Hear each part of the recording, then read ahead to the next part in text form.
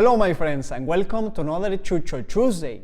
Because a lot of you requested it, I'm dedicating this tutorial to my materials.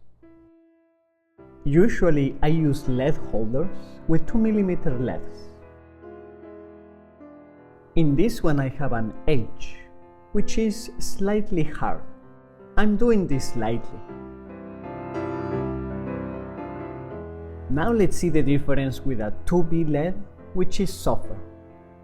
I'm pressing the same as before, but as it is softer, it goes darker. And now let's try a 6B, the softer of the normal range. Very well. Now I will replace it with a really hard one, a 6H. If I get it in, there it is. I have to press more than the other ones to be able to see it.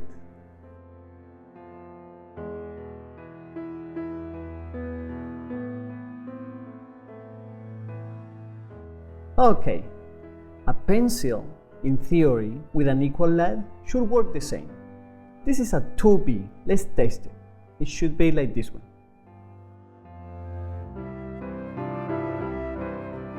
In fact, it's identical. It passed the test.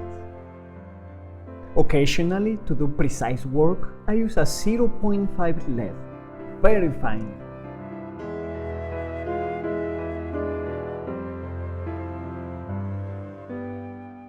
Among the mechanical pencils I have, my favorite is a rotring because it is solid metal and is heavier and it feels nice. However, the other ones work just as well. For smudging, I love using a brush. The right size depends on what you want to do. To pull lights, my faithful friend is the kneaded eraser. You can give it the shape you need and it works wonders in the areas you smudged. However, it's not very good for hard marks. For that, we have pencil erasers. But if you want to lighten up an area which is full of graphite, a regular eraser would smear. While with a kneaded eraser, you can do tapping motions and absorb the graphite cleanly.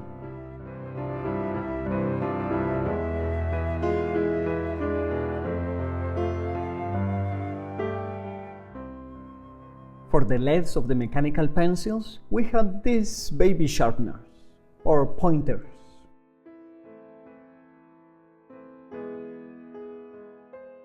Or the rotary lead pointer, which is more efficient. It has two choices of sharpening. I'm taking the first one, the measurement here, and then I rotate it here, and it comes out fairly sharp, not super sharp. I'm not sure if you can see that. I'll take the other measurement right here.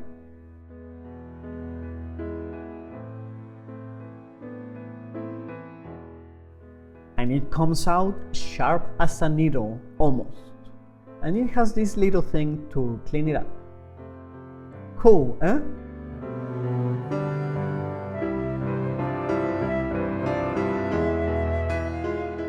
It holds the powder inside, so you can then use it to tone. If you are going to do this technique, please don't touch the paper with the fingers. Otherwise, the fingerprints will show. Watch this. It may be terrific for a detective, but a nightmare for an artist. We saw the kneaded eraser, but I want to show you the packaging because I get asked about it all the time. This is a good brand, Prismacolor. You can work it a little bit and it's ready. It's actually awesome. With time it gets dirty and it doesn't erase as well anymore, and that's time to replace it. Stick erasers are very handy for detail.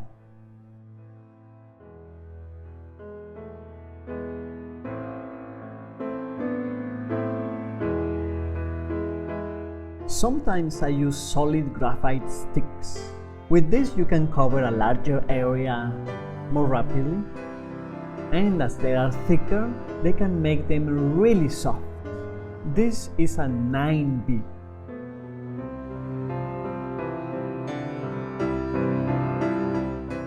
Of course, also essential for drawing is the charcoal. They are available in different kinds. Charcoal pencils like these ones are made of powdered charcoal, which is compressed and glued together. That holds to the paper more than natural vine charcoal. The Conte is a very good brand for this. It can be smudged with these stumps, which are made of pressed and rolled paper.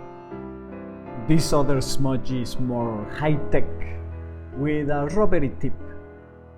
There is another excellent tool for smudging. It is called finger. It usually comes in packs of 10.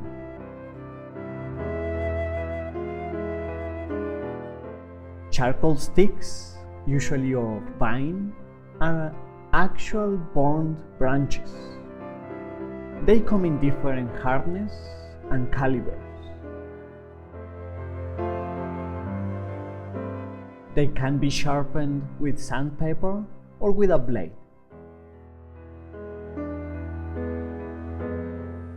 I have been testing a lot of brushes for smudging lately, and the one I like the most is this roundish one, because the flat one sometimes leaves marks on the edges.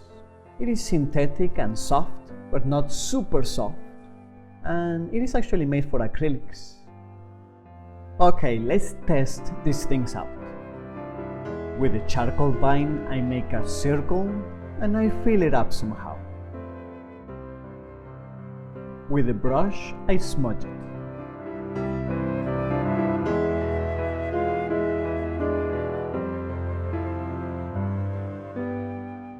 I reinforce the shading where needed, and I can repeat this again and again.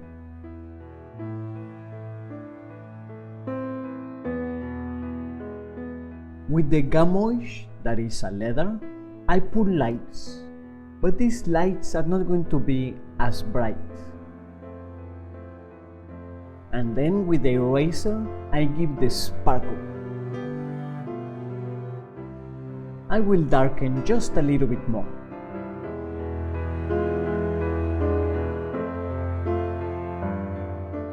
Very good. It is a real pleasure working with charcoal. Somehow similar to the charcoal is the sepia, only this is dark brown, and the sanguine, which is reddish. Sepia and sanguine mix very well, also with charcoal, by the way. I made this drawing just with sepia and sanguine. Among the different papers, there are some for sketching, like these ones. I always make quick sketches before I draw the tutorials to make sure what I am thinking is going to work.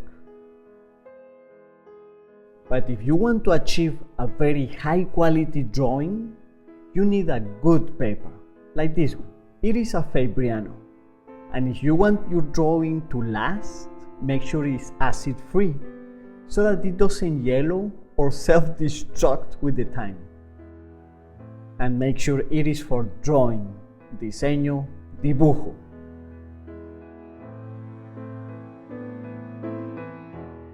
If you want to end up with a quality drawing, you need to begin with a quality paper.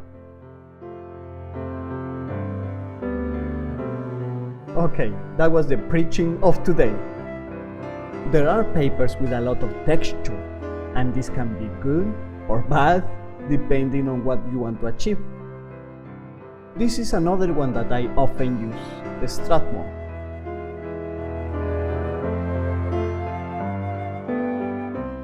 Drawing on toned paper gives you the possibility of using white for the lights. Both of these are dry, like chalk. Good effects can be given, like this. Of course, there are many other materials for drawing, but these ones are the ones I use more often. If it was helpful, please give it a like and subscribe to my channel. You know where to follow me, the links are below, and I see you next Tuesday.